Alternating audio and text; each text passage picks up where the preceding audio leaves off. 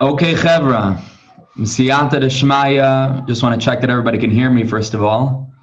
We got thumbs up. Okay, thank you guys. So amazing to see all these beautiful faces. Thank you for joining us from all around the world, to be able to sit and to be able to learn Divrei Elokim Chaim, the words of the living God, the words of Pnimiyus HaTorah and Chassidus that our souls are so desperately thirsting for. And it's such a privilege to be able to host Rav Yakov Danishefsky, to be able to give a shiur for all of us today on the platform of the Lost Princess Initiative. So before we begin, and Chevra is still coming in, that's why I'm a little distracted. I'm letting everybody in as I speak. But I just want to say a word or two about the Lost Princess Initiative for those that don't know, but I'm pretty sure that everybody here is somewhat familiar. But V'siyata Deshmaya, the Lost Princess Initiative is an organization that is founded upon trying and striving valiantly through many, many different channels and many different streams to be able to introduce Pnimiyus HaTorah and Chassidus for non-Chassidim, also for Chassidim, but also to non-Chassidim, and to be able to introduce this way of life and this mindset and consciousness to be able to show and to demonstrate to Am Yisrael that there's a path that is deep, that is soulful, that is beautiful. There's a way of engaging with Yiddishkeit that enables us to remain a contact or to retain a contact with the lost princess, with that energy of connectivity and of deep soulfulness and of deep connection and dveikus to HaKadosh Baruch Hu within all of our halachic engagement with Yiddishkeit itself, but to be able to maintain that spirit of connection. And that's what the Lost Princess Initiative is about. So if you look in the chat, you can see links to those that are not already on our social media channels. You can see there's a link to Linktree, which is all of our links. And underneath, you'll see a link to our WhatsApp broadcast list. Every single day, we're sending out content, quotes, and videos, and many, many different kinds of content to be able to keep us focused and to be able to keep us tuned in to the messages of the Baal Shem Tov and his Chassidim and his Talmidim throughout the generations. And underneath, we would very much appreciate if the Chaver can be mishtatif a little bit and to help us try to go ahead and to do what we're doing. You know, it doesn't come at no cost, but on the contrary, it takes a lot of time and effort. And you know, we have grand plans and an income in Torah. So the suggested donation is $5 per shiur, and if the Chaver are in for the whole series, so if everybody can dig deep a little bit and to click on that link to PayPal, there's a link, and QuickPay is also YSK Studios. You can see on the side in the chat. That's the address for QuickPay and PayPal as well. And we very much appreciate Tiskal Mitzvahs to everybody. So the link is there. And I just want to introduce our speaker today, and hopefully for the next 4 Sundays as well, we're going to be mamish living with these Torahs. So Rav Yakov Danishefsky is not only a phenomenal teacher and one of the most eloquent expositors of Hasidic thought, and that depth of Pnimiyus HaTorah, I think our generation is blessed with. I think he's absolutely unique in that respect. But he brings his psychological experience also to everything that he teaches. So it's this tiered sort of learning experience to be able to learn Torah, but at the same time to be able to bring it into our lived experience through the depth and the wisdom of that tradition that he's deeply connected with. And in addition to all these things, and perhaps superseding all these things, Rav Yaakov is a dear friend of mine. And so it's such a privilege and such a blessing, really a bracha, to be able to host him and to be able to share his light with some of our chaverim, and to be able to bring LPI to some of his chaverim, and Be'ez Hashem, through the spirit of Achdus and through the spirit of Jews from all around the world, taking off time to connect to the teachings of the tzaddikim and to express that desire to connect to the Master of the world through the teachings of Chassidus and Pnimiyus HaTorah. We should be zoche to be able to see the increased light of Mashiach that we believe is streaming through these teachings, to enable our consciousness to be able to heat up and warm up and get ready and revved up to be able to greet the Mashiach Tzidkenu b'meher b'yameinu. Amen va'amen l'kishiyafuta ma'nasecha chutza, like Mashiach told the Baal Shem Tov. We believe that this is part and parcel of it. Every single face that I'm seeing here, and those that don't have their videos on, but those that are joining us from all over the world, we have to believe and understand that we are part of it. We're Mashiach's foot soldiers, mamish. And so it's a great privilege and a great bracha and pleasure, really, to be able to introduce Yedidi Hayakar Rav Yakov Danishefsky Shlita. Hey, thank you so much, Rav Yakov. It's really a pleasure and a privilege to be here. I want to thank Lost Princess Initiative for setting this up, for inviting me to do this, for giving me the opportunity to do the initial two short videos, and then from there to expand to this. So thank you everyone who put in their requests to hear more. I appreciate that. It means a lot to me. And thank you so much to Rav Yakov for giving me this opportunity. All the feelings that you just shared are very, very mutual. The highlight of my year at this point that Yaakov doesn't live in Chicago anymore, or that I don't live in Eretz Yisrael, is when Yaakov comes in for Yom Kippur and we get to daven and spend that special time together. I also want to just thank an anonymous sponsor who enabled this to happen. Somebody who doesn't want to be mentioned by name, but just to give him a quick thank you. Somebody who I'm very close with, who's always pushing me to teach more, to do more. And so thank you to him. This should be a schus for him and his family. And thank you everyone for being here. So without further ado, let's jump into it. I'm really excited about this. The topic for our 5-part series is creation. Now, for us to learn about creation is almost a misnomer to begin with. There's something wrong about it, even just from the way we enter the conversation. Because talking about creation of the world, talking about how God created the world, involves entering a territory full of paradoxes, mysteries, secrets, and all sorts of concepts that we literally cannot grasp. The human mind is limited by nature. It works within certain definitions and concepts, understandings of things, trying to compare and contrast things, trying to define and give things a structure and a meaning. And that's just not the way that God is, and that's not the way that the creation of the world is. So all of the learning we're about to do means that we're about to embrace some sort of very odd hypocrisy. Because on the one hand, we're going to try and understand all of this very, very deeply. And we're going to engage with this in very sophisticated conceptual analysis and understanding. Some of what we're learning is not going to be the type of thing that is, the type of learning that's meant to be kind of just like while you're doing 5 other things and you have a shiur playing in the background, right? This is going to be some pretty high level, intense learning. And so we're going to be using definitions and analogies and concepts, but at the same time, all of the language you're using, all the analogies, all the definitions that we're going to employ are going to fall short in some very fundamental ways. And not only will they fall short, but if we take them too literally, they may actually mislead us. But yet, that is what we're going to use, and that is what we're going to do, and that's what we're taught within our tradition that we're supposed to do. So how does that make sense? So what's our intention in engaging this learning? How are we supposed to engage this if on the one hand, we're going to try and understand this in a very sophisticated and profound way, and on the other hand, it's going to be definitionally and fundamentally amiss in some very important ways. So let me summarize the entire class that we're going to do today, right here from the outset, and then we'll unpack it and engage it in a much deeper way. So in typical Jewish style, what we're going to learn today is going to be a question and an answer. So the question, very simply, is what we just said.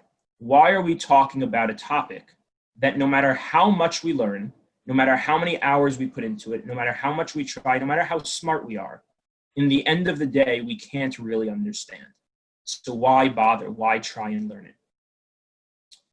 And the answer is that the learning that we're about to try and do is not so much about the information per se, but about the experience and the development of cultivating a particular kind of consciousness, a particular personality, and a particular way of living.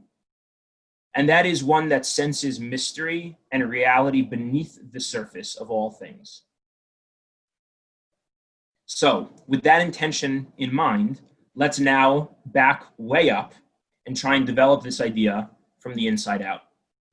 So whenever we enter the areas of Torah that speak of mystical or spiritual deeper teachings, we find the notions of secrecy. This is a very important concept. Much has been written about this, both in kind of primary sources, in Chassidus and Kabbalah, in Gemara, Mishnah and Chagiga, and also in a lot of the academic literature. There's a lot written about the tradition, the Mesorah, of secrecy within the deeper teachings of Judaism.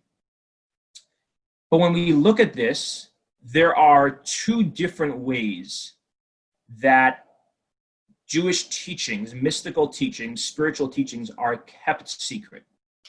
Okay, so I want to explain the two different ways that we find this. Now, within this, there's obviously all sorts of variations and subtleties and different strands, but there's two broad ways that these kind of concealed teachings remain concealed. There's two ways that the secrecy operates. So the first is what you would expect. Very straightforward, very simple. The first form of secrecy is secrecy through secrecy. It's concealment by way of concealing, meaning that the ideas being shared or being hinted to are not really shared. They're just hinted to. They're just given some tiny little remez, some tiny little drop that's made mention to us to know that there is some sort of secret. Obviously, if it was kept entirely secret, then we wouldn't even know that the secret exists, right? It would never even be spoken of at all. So even within this tradition, within this way of managing, of handling the secret, of carrying the secret, there's some revelation that's taking place. Otherwise, we wouldn't even know it's there. But despite the revelation of that secret, despite teaching that secret, it remains 99.9% hidden. It's barely even spoken about. So when, for example, maybe the most famous and obvious proponent of this approach is the Ramban. So if you learn the Ramban al Torah, if you learn the Ramban's Perush, his commentary on the Torah, Nachmanides, he will throughout make mention of deeper teachings, of secrets of Torah, of what this really means in some more mystical sense, what this story is about in a mystical sense, what the story of Adam and Chava is about, how creation takes place. Even in the very, very beginning, the very opening of his introduction to the Torah, he speaks about how the entirety of the Torah is not really stories. It's not really laws. It's really the name of God, right? The name of God that is spelled out for us in this very elongated way that now becomes manifest in stories and laws and rituals, etc. And then in his very beginning of his Perush, of his commentary on the actual Torah, in Bereshis Bara Elokim, he talks about how he tells us a tiny little hint that Bereshis, the word Reshis, is actually Chachma, and that there's some process of some spiritual creation that's taking place here, but he barely tells us anything, like the tiniest little bits. So that's the most obvious form of secrecy. To keep it a secret, to make mention of the existence of a secret, but to not really say much about the secret.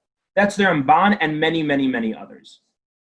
But the second form of mystical secrecy, if you will, is actually the opposite approach.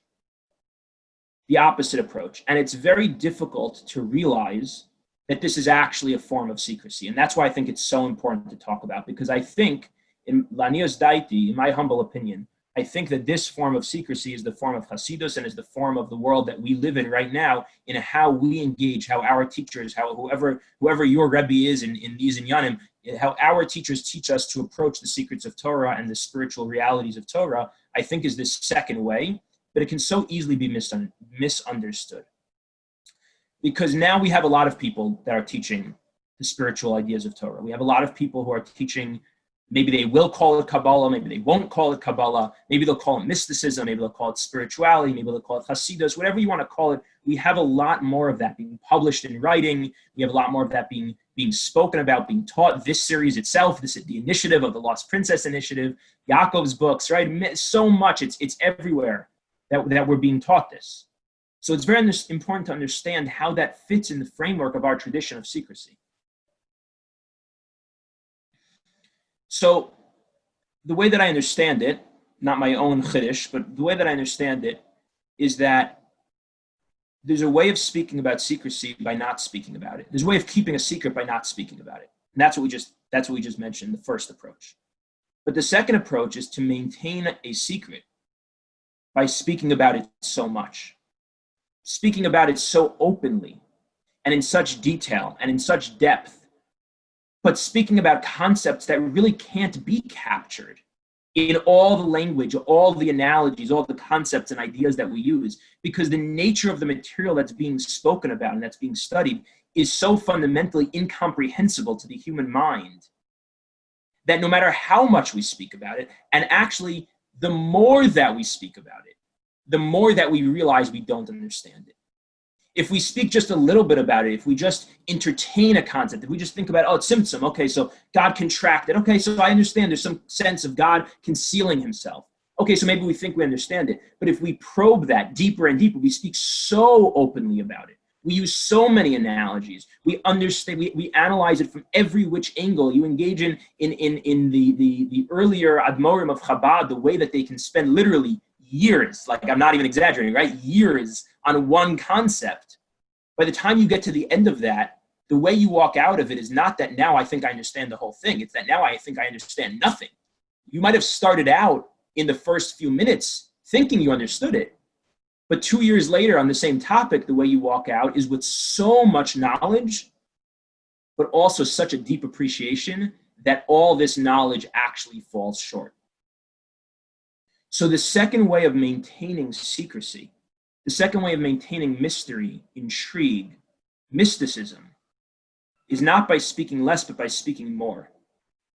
The radical openness around these concepts that no matter how open we are, we can't fully grasp, brings us full circle back into the secret. This is the common saying, Megala tefach mechaset tefachayim, right? That we reveal one tefach, one hand breadth, and by doing that, we are actually concealing more than it was concealed to begin with. Right? The more that you reveal, the more that you conceal. And I think this is the approach of the Mekubalim, who wrote very openly about Kabbalah. I think this is the approach within so much of Chassidus, within Yafutzu Mayin Asecha Chutza, that it should become so open that we engage it so deeply that we come to an even deeper understanding of the fact that we can't really understand this. And maybe these two approaches are already hinted at in the Gemara Psachim. The Gemara Psachim on Kuf Yud Tes Amud Aleph. The Gemara says, it quotes a pasuk where it says, "Umachase atik," right? The old concealing, the one who conceals that which is old. And the Gemara brings two different opinions about this. The Gemara says, "Zeh machase devarim shekisa atik yomin." What does this refer to? It refers to the one who conceals that which is very, very old, that which is archaic, that is ancient. So the first version of understanding the concealment in this pasuk is concealment. But then the Gemara says, "V'ikeda amri." There's another opinion that says, "Zeh megale dvarim shekisa atik yomin." This is the one who reveals that which is historically concealed. And when I first saw this Gemara, I was very bothered. Rabbi Nachman quotes this in the Hakdama to Likutei Moharan, Rabbi Nassan. And when I first so I looked up this Gemara at the time that I learned that, and when I looked at this Gemara, I was very confused because this is two different perushim, two different understandings of what it means when it says "L'machase atik," to conceal the ancient. So I understand the first commentary, the first understanding. Conceal the ancient means to conceal it. But the second commentary says that it doesn't mean to conceal it, it means to reveal that which is concealed. So how is that possibly an explanation of the words that say "ulamachase atik," to conceal the ancient? How could you explain that as meaning to reveal? And I was looking around in the Pirush, in the Mefarshim, and I saw the Ben Yehoyada asks this question actually. How could the Ikeda Amri say that ulamachase atik, to conceal the ancient, means to reveal it? That's the opposite of concealing. So the Ben Yehoyada goes in a different direction, but I think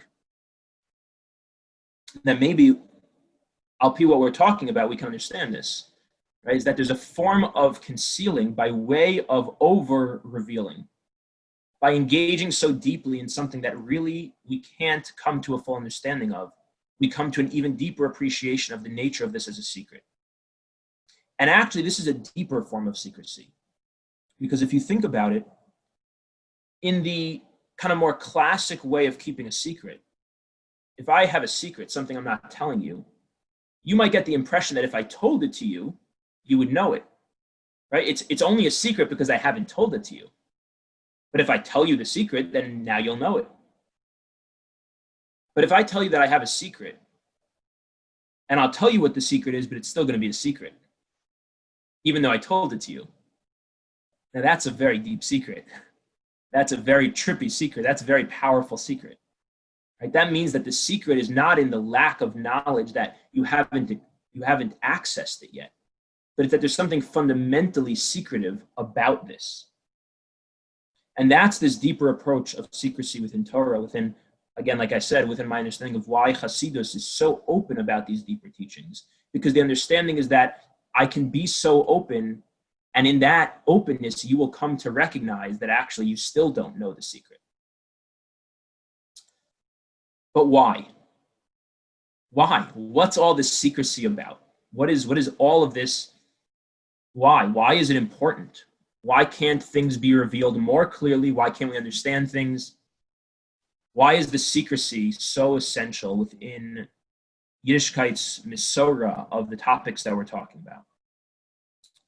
So there are multiple reasons, and there's Sfarim and Hakdamos written about this. Almost any sefer, printed nowadays on, that's in the nature of Kabbalah or Chassidus has a Hakdama about the Misorah of secrecy and why that's no longer applying nowadays.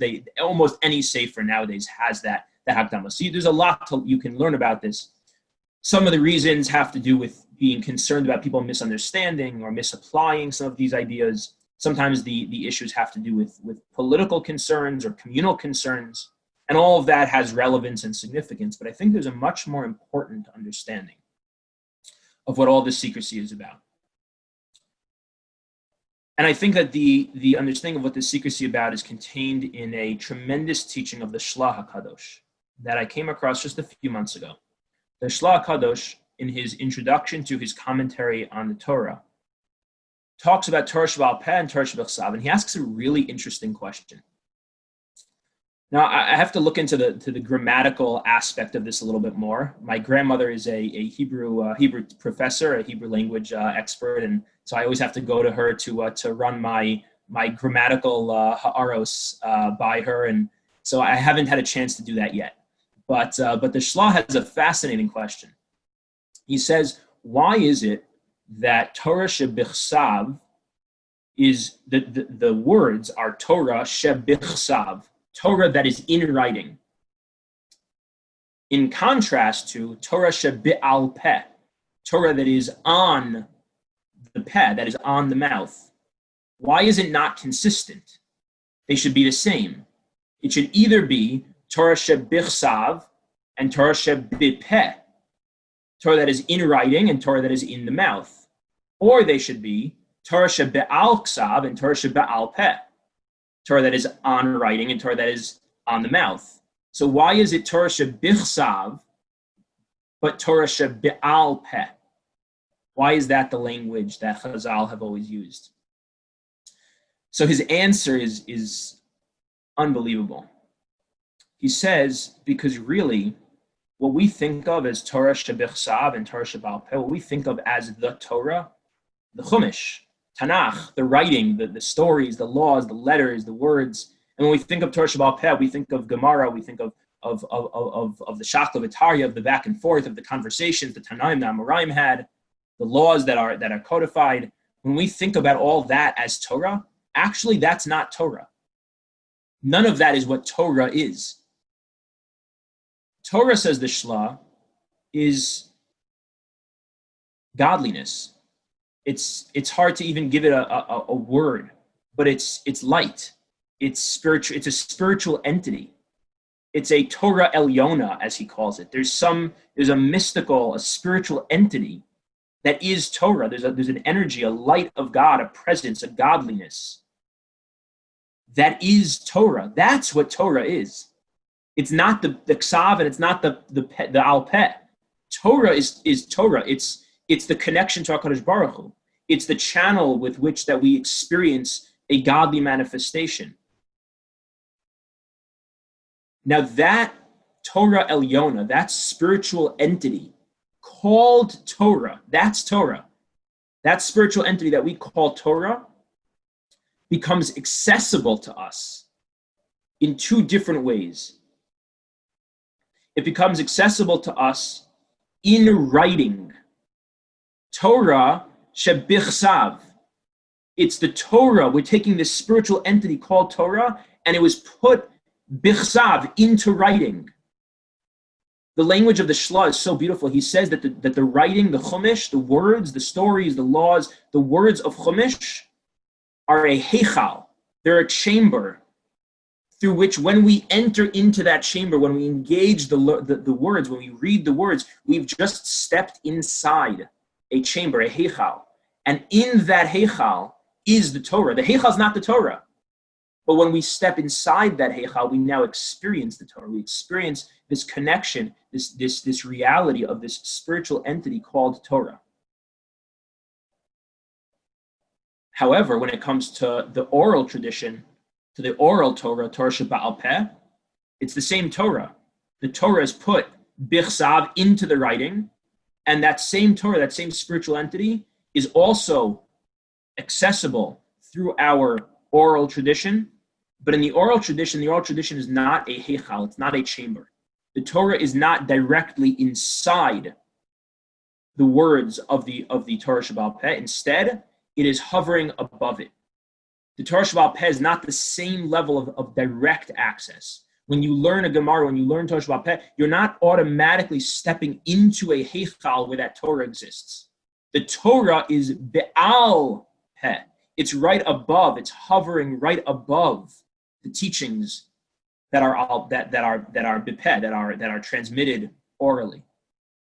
So it's the Torah, this spiritual entity, that becomes accessible to us in these two different ways. One way, bichsav, in the heichal that houses, the words are the housing of this spiritual entity called Torah, and the oral teachings, the conversations of the Tanaim and the Amoraim are almost like a ladder, as opposed to a chamber. They're like a ladder towards accessing the Torah that hovers right above them. But either way, the point of this teaching that I think is so incredibly powerful, more so than the contrast between the bichsav and the Ba'al Peh, is this understanding of what Torah is. Torah is not the information. Torah is not the words, the stories, the conversations. Torah is a spiritual entity. It's a spiritual reality. And we access that through the words, through the conversations, through the laws, through the stories. And I think this brings us back to the importance of secrecy in Torah.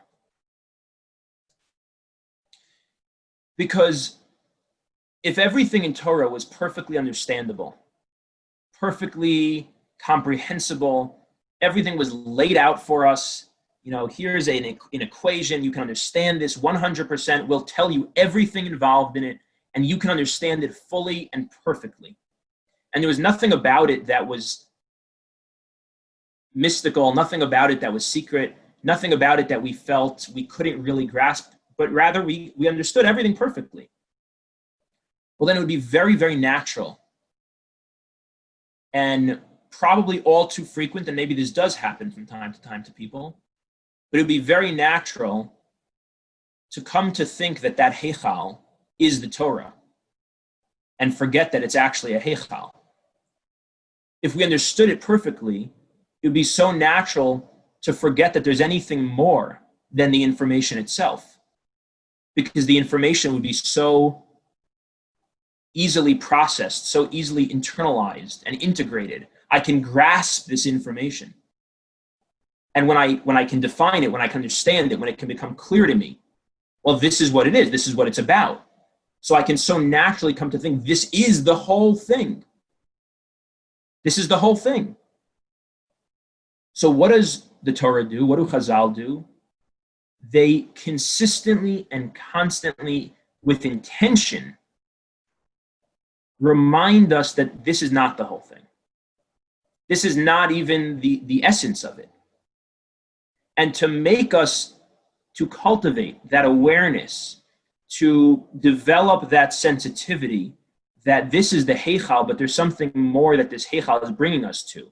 This is the peh, this is the conversation, but this is a ladder towards that which is al peh.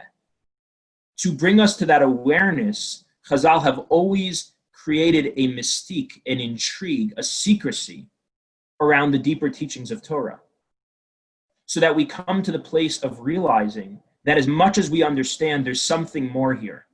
And then we grasp at it more, so we try to understand it more, and then we realize, but there's still something more. So we try to understand it more but then there's still something more. And we can be radically open about the secret, and yet it remains a secret.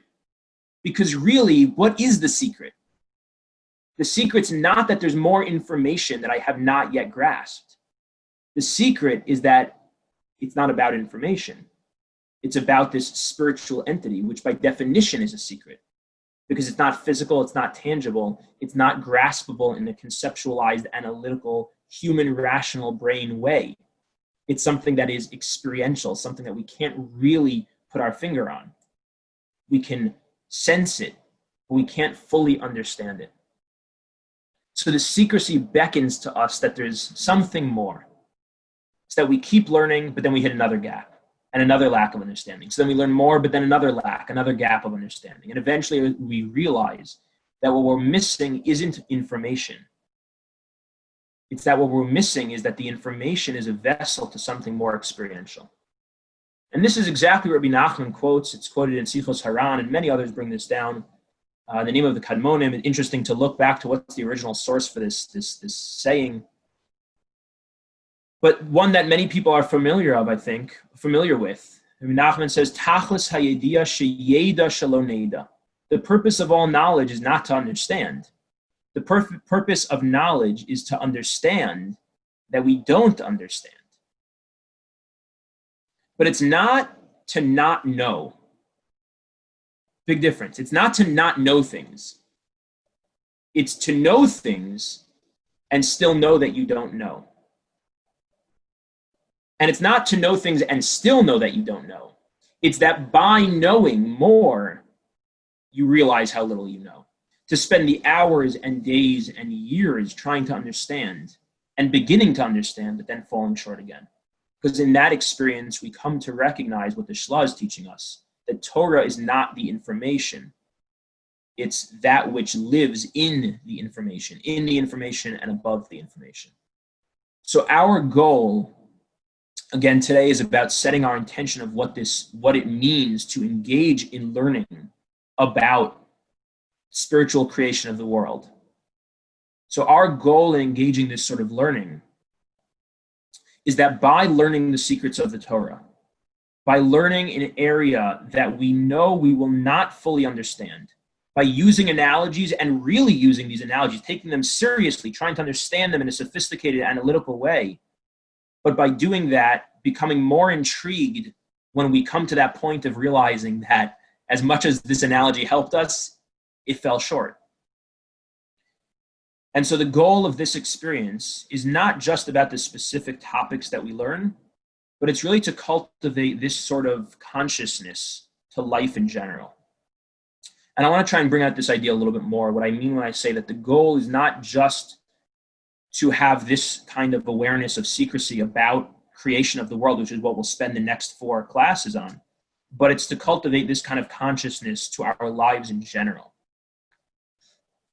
So I'm sure most of you are familiar with a concept called pardes, right? So the Torah is analyzed on multiple levels. The Torah has historically been understood in multiple ways, and we can take all the different commentaries, the hundreds, thousands, tens of thousands of commentaries on the Torah, and we can break them up into kind of four different general categories.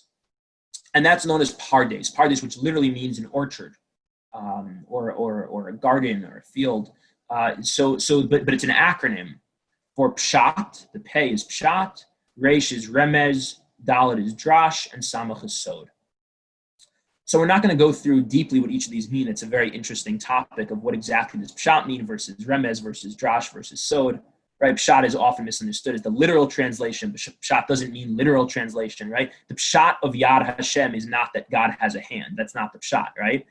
So what does Pshat mean? We can go through each of these different things, but on a basic level, Pshat probably means, let's say, the most basic, maybe not the literal, but the most basic interpretation of a text. Okay, Drush means to put that text into a bigger context of other sources that might have similar themes. It's to identify the themes in this and what we can take out of this, maybe psychologically, maybe sociologically. How can we darshan, how can we extrapolate teachings and lessons and themes from this text? It might not be the most basic meaning, that's the pshat, but the drash is what can we pull out of this text? The remez is, what is this hint? What is this text hinting at? Maybe in already getting a little bit closer to more mystical teachings, but not necessarily mystical. But what are some of the hints that are contained within this text? Not in a thematic way, not in a plain reading or a basic reading, but somewhat of the different hints. And again, what that means can probably get a little bit more complicated. And then finally, we get to sod, which means what are the secrets of this text? What is beneath the surface of this text? Not just the lessons thematically, not just the basic reading, and not just the hints, but what's the spirit of this text? What's the soul of this text? What are the secrets that live within and beyond this text that we can only come to recognize by meditating on it deeply and trying to, on the one hand, engage our rational mind, but also transcend our rational mind? How can we experientially uncover some of the deeper secrets of this text? That's the sod level. And many have made this point before, but what Chazal are teaching us in this Mesorah of Pardes is not just a way of reading text, but it's a way of living life. Our whole lives are the texts in front of us, if you want to put it that way. Our own self is the text that we are constantly reading, constantly interpreting. The people in front of us are a text that we are constantly reading and interpreting. Our life experiences, we are reading and interpreting. All of life's journey is an engagement with the world that we are in a constant mode of reading and interpreting. And so what Chazal are trying to develop within each and every one of us is the ability to live on multiple levels at the same time.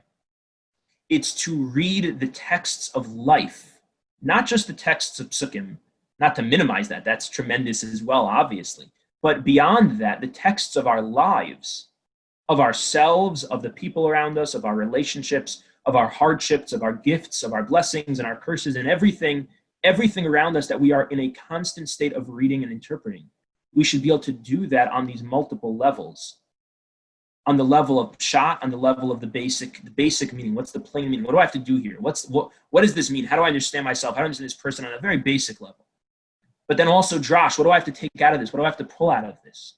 What's the theme here that I have to try and connect the dots to understand the theme? What's the remez? What are the hints that are being dropped? What can I hear in this person's body language, in the tone of voice? Right? And then what's the sod? What's the spirit? What's the soul that lives here? That's the way that we're supposed to engage the world, so that when we open a chumash, when we open a Gemara, when we open a sefer in Chassidus, when we open a sefer in Machshava, whatever it is, and we engage that on a pshat, remez, drash, sod level, when we close that book, we're still wearing the lenses of pshat, remez, drash, and sod. So that then when we go to our family, when we go to our jobs, when we go to the store, we're living in a world of pshat, remez, drash, and sod. And what we're going to try and do here is to enhance the sod consciousness, that level of sod that, again, we're going to bring into not just the texts that we learn, but also our lives in general. Because living with a sod consciousness, with an awareness of the secrecy in the world, is so powerful. Because what it means is that we get to experience ourselves anew all the time. We get to experience a kind of never-ending journey of curiosity towards ourselves. And that's possibly the most powerful thing in the world.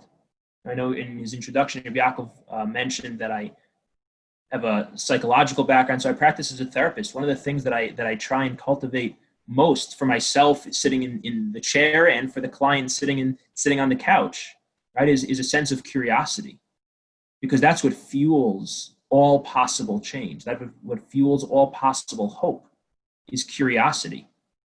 And curiosity can only exist when we have an awareness that there's something we don't yet know. If we think we know everything, then there's no potential for curiosity. If there's no secret, there's no curiosity. But it's the experience of the fact that there's things we don't yet know, no matter how much we know. There are things we don't yet know. That awareness of the secret, of the Torah that is beyond the words, that is beyond the information, that cultivates and allows for an experience of curiosity towards ourselves. And the same with others, the people we think we know so well, right? Why is it that all relationships,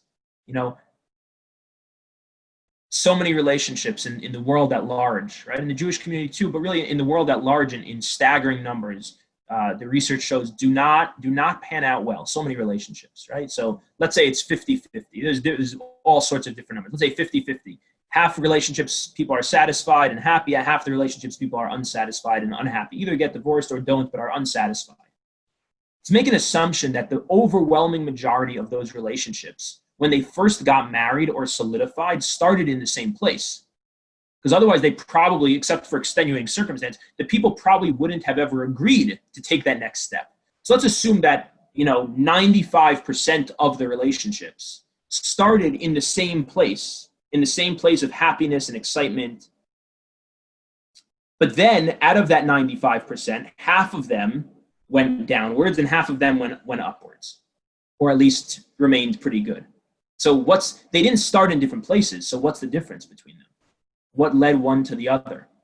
So that's a whole huge sugya of a lot. There's a lot to talk about there. But what I want to just draw attention to is why, for the ones that fell, for the ones that didn't last, that didn't get better, they started out in the same place as the people who did well. So why do all the relationships start out well, but then so many of them don't continue that way?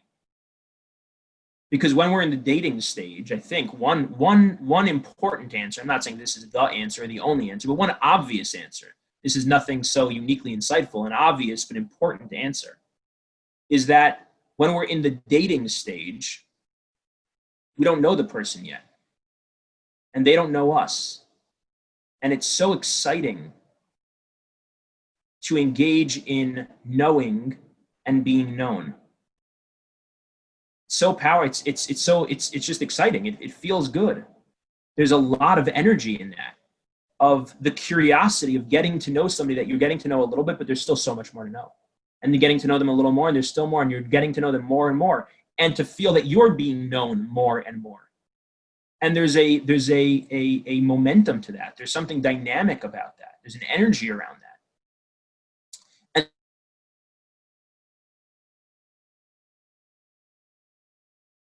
now we live our lives. And then that's the end of it. But it's this awareness, this sowed consciousness that we're developing, that the Torah is trying to develop within each of us, that we don't know ourselves fully, and we never will. And if we don't know ourselves fully, and we never will, we certainly don't know other people fully. Even those that we know so well. We might think we know, this and this and this about them, but how much is there that I still do not know? And this kind of awareness opens up so much possibility for more depth, more curiosity, interest, compassion, vulnerability, and intimacy. And it's not just for relationships, but it's for our lives, the routine of our lives, right? The routine, robotic nature of all that we do, of our jobs, of walking down the street, of seeing just a personal example. Before, I live in West Rogers Park in Chicago. All of a sudden, when COVID hit, so I was, stuck at home in the way beginning, and everyone was in shelter in place. And so I would be davening on the deck in my backyard, or just spending more time sitting on the front lawn of the backyard. And I've been living in the same house for a few years, in the same neighborhood for more years. And it was for the first time that I noticed, like, West Rogers Park, I don't know how many people on here are in Chicago or not, but it has amazing trees. Like, the trees it happens to be, it's not like the most beautiful neighborhood in the world by any stretch of the imagination, but the trees are incredible. Like, the way the streets are, with those canopies of the trees overhanging, and right around my house, just these incredible trees. I literally never noticed them living there for years.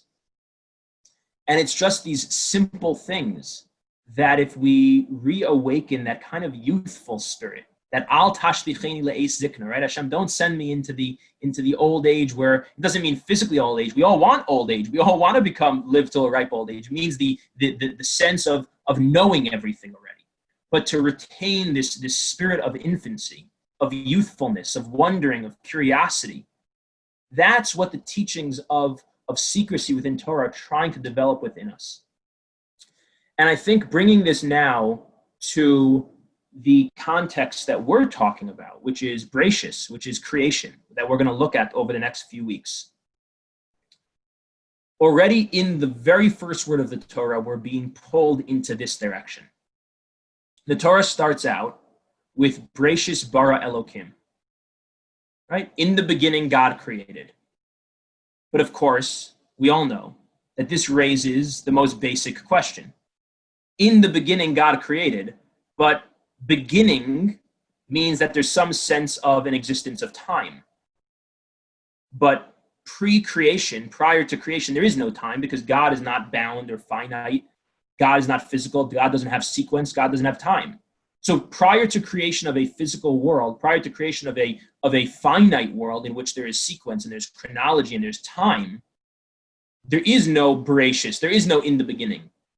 So it would have to be that God created and then there became a beginning.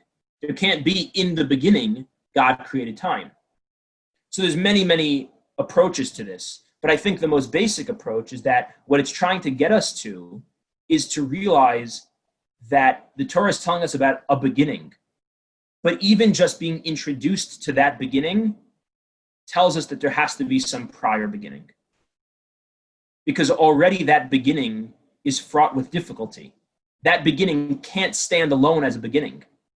So it purposely gives us this beginning to pull us to realizing that the beginning being spoken about must have a beginning prior to the beginning. But that prior beginning is not even spoken of. It's shrouded in mystery. It still lives in that space of secrecy. And so the Torah is trying to call upon us to find something deeper within creation. From the very outset of the Torah, deeper within, you can even connect this to the famous question of that the Torah should have started with an aleph, right? The very first letter. Why does it start with a beis? It starts with a beis because, again, it's trying to hint at us the beginning that we're being introduced to is not the ultimate beginning. There's an ultimate beginning before that beginning. And then what this really brings us to, and this brings us full circle to our main point for today. What this really brings us to is, well, what is that beginning? What's the beginning we're being pulled after? It's not a beginning in the sense of time. It's not a chronological beginning. It's a foundational beginning. It's the rachis of everything, the foundation, the starting point of everything. It's the soil of all existence. The beginning that's grounding, not in the sense of time, but the true rachis, right? Capital B beginning. It's God. So the Bereshis beginning, we think we can identify in our lives beginnings. So here's where this started. Here's how this took place. Here's how this happened. Here's where this starts and here's where this ends. Whether it's this part of my life or this relationship or this experience or this issue or this challenge or this blessing, I think I can understand it. I can see its beginning. I can see cause and effect. One of the most basic ways that our mind works is seeing and making up, imagining, thinking we understand cause and effect. But what that word Bereshis is trying to pull us after is, yes, that you might be able to identify beginnings, but those beginnings have a beginning. And there's an ultimate beginning, there's an ultimate Bereshis, and that's God. All the information in the Torah is just the heichal, or the ladder, that brings us to the Torah, which is that spiritual entity. So if for nothing else, the purpose of these explorations that we are going to spend the next bunch of Sunday mornings looking at may not be to actually understand anything of that beginning, but it's to develop an obsession with the beginning. It's to develop within us a way of living that is consciously searching to be attuned and attached to something secret in this world, something concealed within all that is revealed. In essence, we're trying to arrive at that which is beyond the words. It's the pre-verbal, if you will. It's deeper than the confines of rational thinking. It's something that is sensed. It's what Rav Soloveitchik talks about when he says that in learning Torah, a person needs to attune not just to the information that the Torah is giving you, but to the mood of the Torah at that particular segment. He literally says those words, we need to feel the mood of the Torah. Right? It's what marriage researchers John and Julie Gottman say about knowing if you're with the right person or not in your relationship. How do you know if you're with the right person? It's not about a checklist of qualities of information. It's about a feeling of how do I feel when I'm with this person? Do I feel secure? Do I feel I belong when I'm with this person? You can call it a gut feeling. You can call it the soul feeling. But it's so much wiser. It has so much more knowledge. It's so much more attuned than our rational thought could ever be.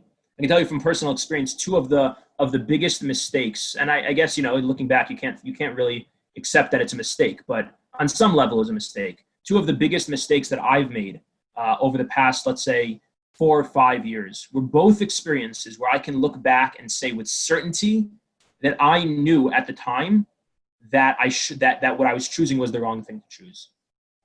Like that, I felt it in my gut. I felt it somewhere. There was some sense like this is not the right thing. But my mind was allured by these checklists of qualities. Like this is a great opportunity professionally. This will be a great impact. And I went with the mind over the gut.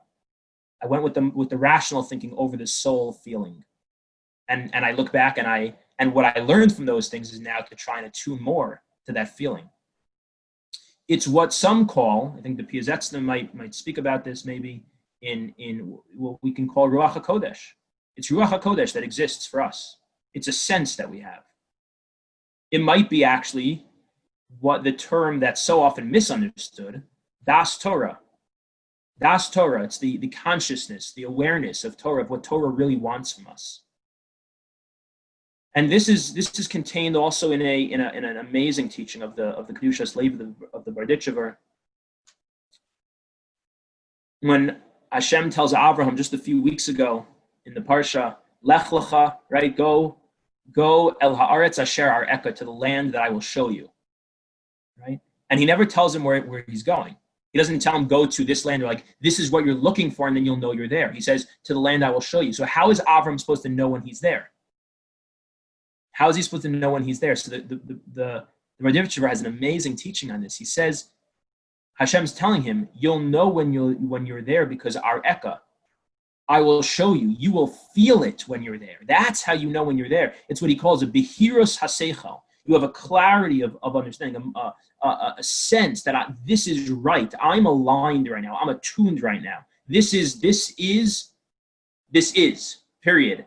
That's the sense, right? El Haaretz Asher Ar'eka, you will know when you're there because I'm going to give you that sense.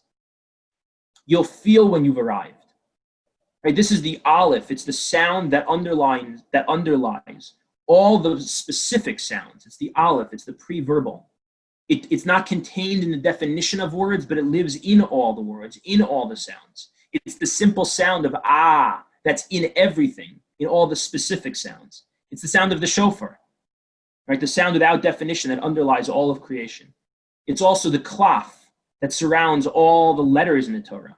Right, this is what there's a halacha. Everything has to be mukaf kavil. Every letter has to be signed on all 4 sides by blank parchment, because the blank parchment is that non-defined, non-constricted intrigue, secrecy, spirituality. That which is there but not there. It's mati velo mati. It's chazi velo chazi. It's something we can sense. It's something that all this secrecy is trying to pull us to realizing.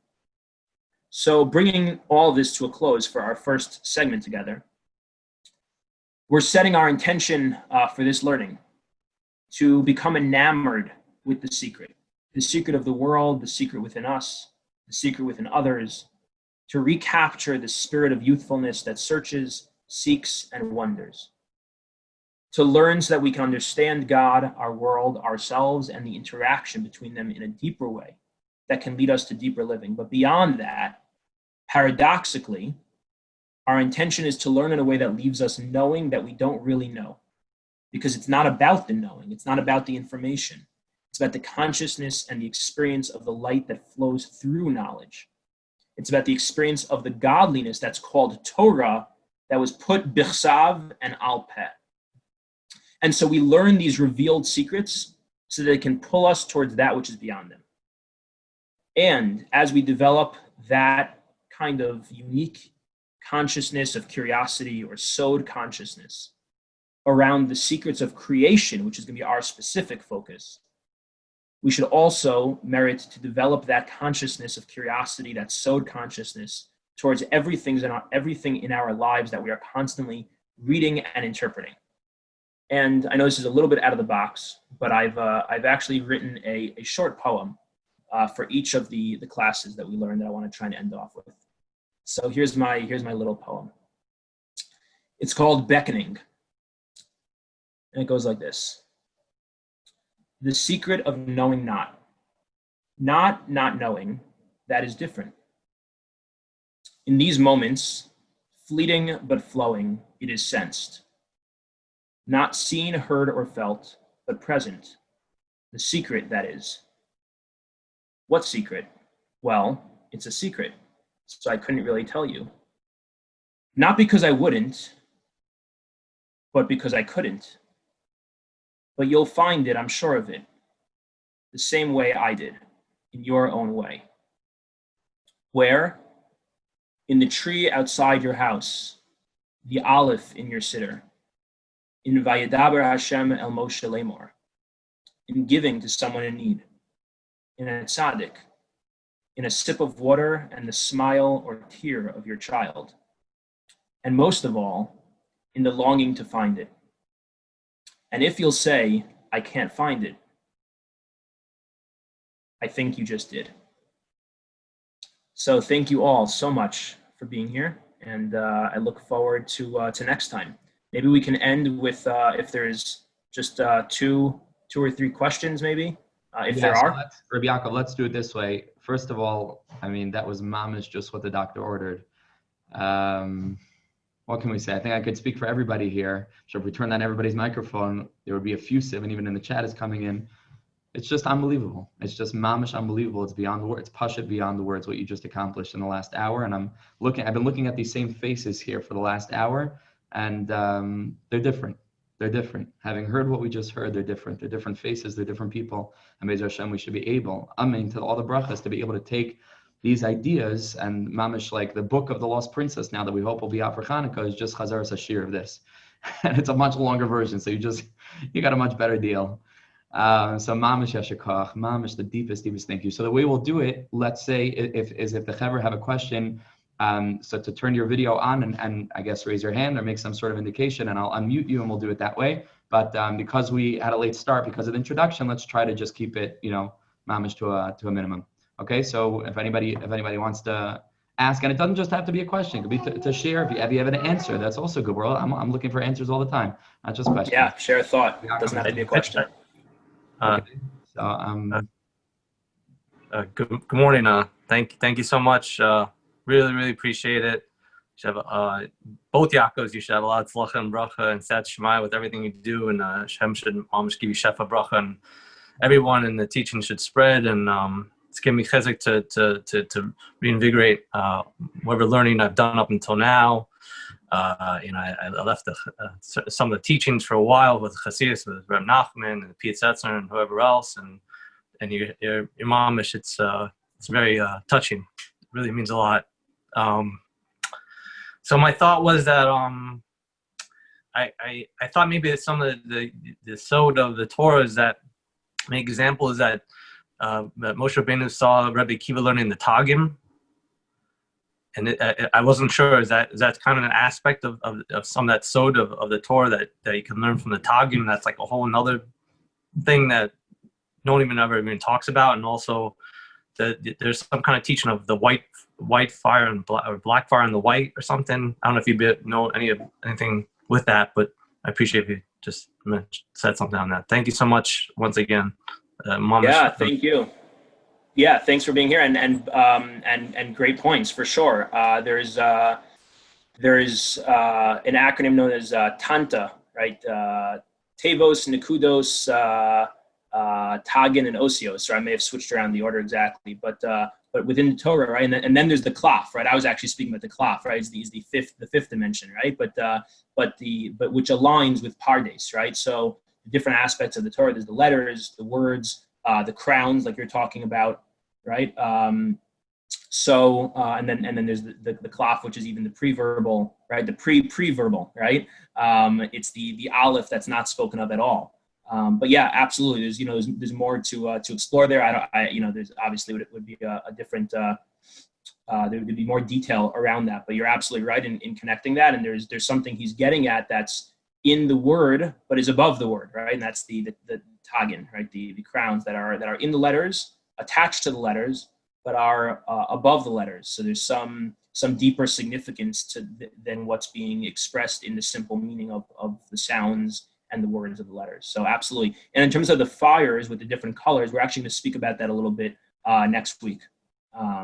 The opening of creation of, as I think we titled it, in the beginning, God created nothing. But it's a nothing that's something. So the way it's sometimes spoken about is the butsina de cardinusa, the fire that is the light of darkness. Right, so it's dark, but it's not that it's not a light; it's a light of darkness. And what in the world does that mean? Yeah, great points, and we'll continue going with that. All right. Does anybody else? I think we have time maybe for one more. Anybody else? Ami, you want to say something? Yeah, go for it, Ami. Do you have the those poems written up or somewhere that we can look at them? Or I do, and I'm happy to share them. Absolutely, yeah. Yeah, so I'll send you to Rav Yakov, and then maybe you can. Great, yeah. Please send them to me, and we'll make it nice, and we'll send it out. I'll send it out hopefully with your permission, Tar Chevra. Yeah. Thanks for asking. Yeah, for sure. Is there anybody else who wants to say something before we close for today? It looks like you answered all of our questions. I mean, I came in with a lot of questions. Now I have no questions. I understand now that the question itself is the answer. That's the deepest secret of living. Mamash yasher koach swasayim yishak. You have such a gift. Thank you so much for sharing it with us. I cannot tell you how much I appreciate it personally, and I'm sure I speak for everybody. What a great way to start our week.